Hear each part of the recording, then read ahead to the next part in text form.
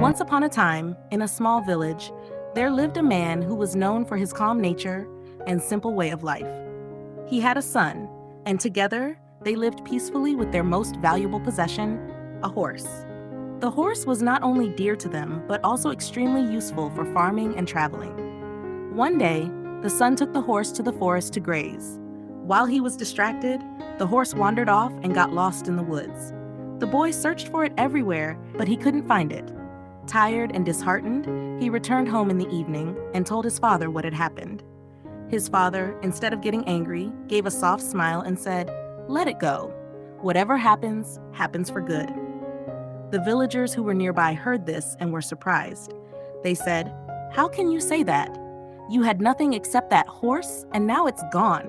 And you're saying whatever happened is for good?" Shaking their heads, they left. A few days later, they heard the sound of hooves outside the house. The son rushed out and was shocked to see 5 horses standing outside. Among them was their own lost horse. Overjoyed, he ran to tell his father. When the villagers saw this, they came and said, "You are truly lucky. You had only 1 horse, and now you have 5." Once again, the man smiled and said, "Whatever happens, happens for good." Days went by, and while training one of the new horses, the son fell badly and broke his leg.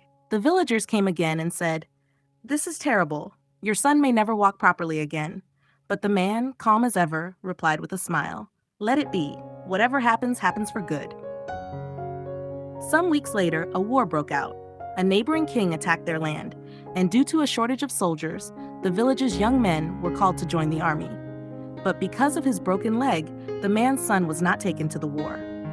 The villagers, who had once pitied him, now came and said, "You are truly fortunate. All our sons have gone to war, and we don't even know if they'll return alive. But your son was saved because of his injury. What once seemed like a misfortune turned out to be a blessing."